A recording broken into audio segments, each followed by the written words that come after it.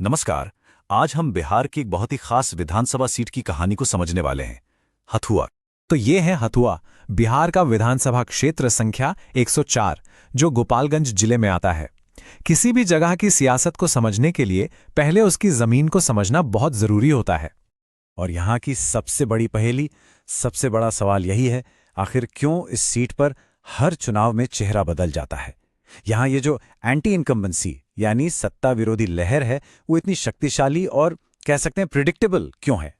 तो चलिए, इस पहेली को सुलझाने के लिए सबसे पहले जमीन पर उतरते हैं और समझते हैं कि यहाँ के लोग कौन हैं, उनका सामाजिक ताना बाना कैसा है। सबसे पहली और सबसे जरूरी बात, हथुआ पूरी तरह से एक ग्रामीण इलाका है। आप देखिए, जिले के करीब करीब 94% आबादी गांव में रहती है। अब इसका मतलब सीधा है, यहाँ की राजनीति फ्लाईओवर और मॉल पर नहीं, बल्कि खेत, खलियान और आम आदमी की रोजमर्रा के मुश्किलों पर तय होती है। अब बात करते हैं सामाजिक समीकरण की, जो यहाँ बहुत बंटा हुआ है। आरजेडी का जो कोर वोट बैंक है, मुस्लिम और यादव, वो मिलकर करीब 31% होता है। लेकिन असली किंगमेकर कोई और है, वो है अति पिछड़ा वर्ग यानी ईबीसी, 36% से भी ज्यादा। यही वो वोट है जो तराजू के किसी भी पड़ले को भारी कर सकता है और जिसकी नाराजगी किसी भी चलती हुई सरकार को कुर्सी से उतार सकती है। तो अब सीधे आते हैं 2025 के नतीजों पर, वो जनादेश जिसने यहाँ की पूरी राजनीति में हलचल मचा दी और हमें ये विश्लेषण करने पर मजबूर कर दिया। तो 2025 में हुआ ये कि जेडीयू के राम सेवक सिंह ने 92,121 वोट लेकर जीत हासिल की और आरजेडी के जो सीटिंग विधायक थे राजेश कुमार सिंह, उन्हें 79,773 वोटों के साथ हार मिली। जीत का जो फासला था वो था 12,348 वोटों का। देखिए, ये कोई छोटा मोटा मार्जिन नहीं है, ये एक साफ, एक निर्णायक फैसला था जिसने मौजूदा विधायक को घर बिठा दिया। लेकिन असली कहानी, असली ड्रामा इस आंकड़े में नहीं, बल्कि इसके पीछे छिपे वोट स्विंग में है। ये सिर्फ एक हार नहीं थी, ये 2020 के मुकाबले 42,875 वोटों का एक जबरदस्त उलटफेर था। सोचिए, 2020 में आरजेडी इसी सीट पर 30,000 से ज्यादा वोटों से जीती थी। तो आखिर इतना बड़ा बदलाव हुआ कैसे? एक बहुत बड़ा कारण था वोटर टर्नआउट। मतदान में 10.1% की भारी बढ़ोतरी हुई। जब भी ऐसा होता है तो ये इशारा करता है कि वोटर्स की एक बड़ी फौज किसी खास मकसद के साथ, किसी बदलाव के इरादे से घर से निकली थी। और देखिए, 2025 का ये नतीजा कोई अचानक हुई घटना नहीं है। अगर हम थोड़ा पीछे मुड़कर देखें तो समझ आता है कि ये तो हथुआ के एक पुराने और लगातार चल रहे पैटर्न का ही हिस्सा है। ये टाइमलाइन देखिए, ये खुद ही पूरी कहानी कह रही है। 2015 जेडीयू की जीत, 2020 में क्या हुआ, जनता ने जेडीयू को हटा दिया, आरजेडी को ले आई, और फिर 2025 में आरजेडी को हटाकर वापस जेडीयू को मौका दे दिया। मतलब एक पैटर्न सा बन गया है, हर 5 साल में मौजूदा पार्टी की छुट्टी।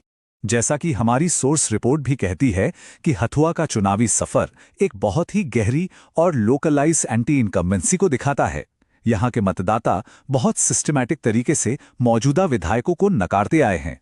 सीधा मतलब है, काम नहीं तो वोट नहीं, जनता सजा देती है। तो असली सवाल तो ये है कि आखिर वोटर इतने नाराज हैं क्यों? क्या हैं वो जमीनी मुद्दे, वो तकलीफें जो इस गुस्से को बार बार हवा देती हैं?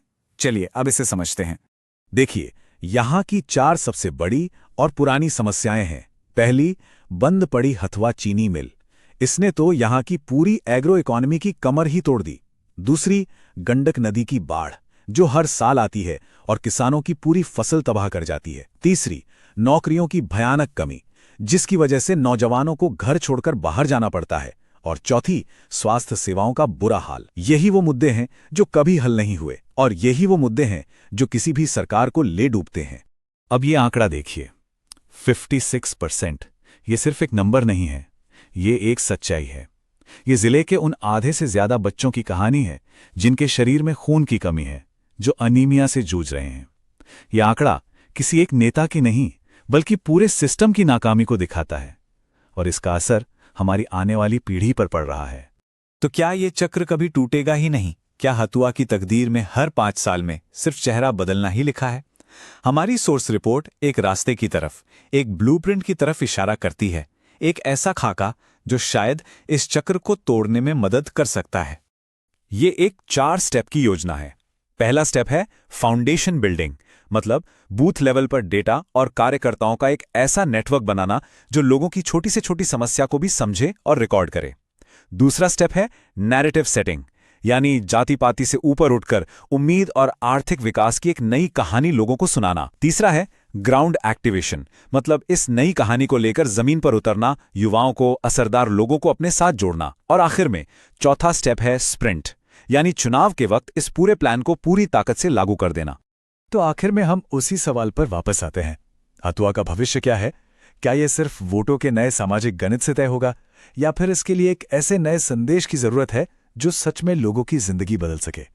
शायद जवाब कहीं बीच में है, लेकिन इस जवाब की तलाश ही हथुआ की राजनीति की अगली दिशा तय करेगी।